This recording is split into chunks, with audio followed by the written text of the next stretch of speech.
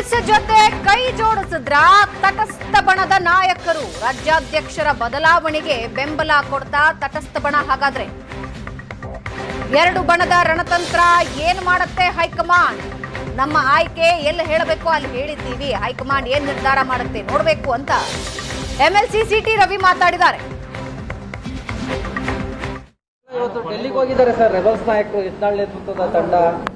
ರಾಜ್ಯಾಧ್ಯಕ್ಷ ಬದಲಾವಣೆ ಮಾಡಬೇಕು ಅನ್ನೋದನ್ನ ಲಿಂಗಿತವನ್ನು ವ್ಯಕ್ತಪಡಿಸಿದ್ದಾರೆ ಸರ್. ನಾನು ಪಕ್ಷದ ಆಂತರಿಕ ವಿಷಯಗಳ ಬಗ್ಗೆ ನಾನು ಚರ್ಚೆ ಮಾಡೋಕ್ಕೆ ಬಯಸೋದಿಲ್ಲ. ಈಗ ಆಗ್ತಿರುವ ಬೆಳವಣಿಗೆಗಳು ಲಕ್ಷಾಂತರ ಜನ ಕಾರ್ಯಕರ್ತರಿಗೆ ನನ್ನನ್ನು ಸೇರಿ ದುಃಖ ತಂದಿದೆ. ಪಾರ್ಟಿ ಹಿತವನ್ನು ಗಮನದಲ್ಲಿಟ್ಕೊಂಡು ಇವತ್ತು ಆಲೋಚಿಸಬೇಕಾದಂಥ ಅವಶ್ಯಕತೆ ಇದೆ.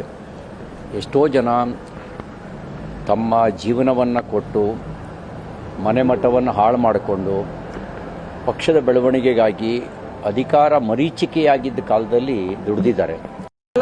ಮುಂಚೆನೇ ಹೇಳಿದ್ದೀನಿ, ನಾನು ಆಂತರಿಕ ವಿಷಯಗಳ ಬಗ್ಗೆ ಹೇಳಕ್ಕೆ ಬಯಸೋದಿಲ್ಲ. ನಮಗೆ ಹೇಳುವ ಜಾಗಗಳಿದ್ದಾವೆ, ಹೇಳಿದ್ದೀವಿ. ಹೇಳುವ ವ್ಯಕ್ತಿಗಳ ಹತ್ರ ಹೇಳ್ತೀವಿ. ಪಕ್ಷದ ಬಗ್ಗೆ ಗೌರವ ಇಲ್ಲ ಅಂತಂದರೆ ನಾನು ಪಕ್ಷದಲ್ಲಿ ನೋಡಿ, ನಮಗೆ ಎರಡನೇ ಆಯ್ಕೆಗಳಿಲ್ಲ. ಸೈದ್ಧಾಂತಿಕ ಕಾರಣಕ್ಕೆ ನಾವು ಭಾರತೀಯ ಜನತಾ ಪಾರ್ಟಿನ 35 ವರ್ಷಗಳ ಹಿಂದೆ ಆರಿಸ್ಕೊಂಡಿದ್ದು. 36 88 ಅಂದರೆ 36 ವರ್ಷಗಳ ಹಿಂದೆ ಆರಿಸ್ಕೊಂಡಿದ್ದು ಸೈದ್ಧಾಂತಿಕ ಕಾರಣಕ್ಕೆ. ಹಾಗಾಗಿ ನಮಗೆ ಎರಡನೇ ಆಯ್ಕೆ ಇಲ್ಲ. ಸುಖ ದುಃಖಗಳ ನಡುವೆನೂ ಪಕ್ಷದ ಜೊತೆಗೇ ಇರ್ತೀವಿ. ಪಕ್ಷವನ್ನು ಸರಿ ಮಾಡಬೇಕಾಗಂತ ಪ್ರಾಮಾಣಿಕವಾಗಿರುವ ನಮ್ಮ ಪ್ರಯತ್ನ ನಾವು ಮಾಡೇ ಮಾಡ್ತೀವಿ.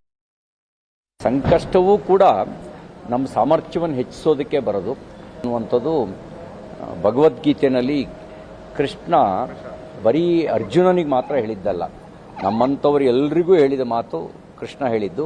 ಕಾಲ ಹೀಗೆ ಇರೋದಿಲ್ಲ, ಕಾಲ ಸರಿಲೇಬೇಕು. ನೋಡೋಣ.